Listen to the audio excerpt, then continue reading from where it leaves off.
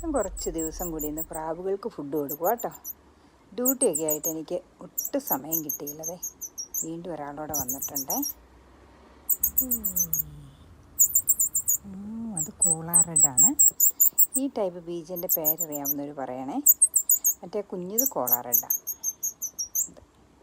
അതിനെ കാണാൻ നല്ല രസമാണ്. കഴുത്തേലൊരു കറുത്ത റിങ്ങുണ്ട്.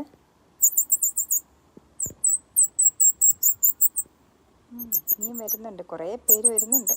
കണ്ടോ, അവിടെ ഉണ്ട് ഒരെണ്ണം അവിടെ.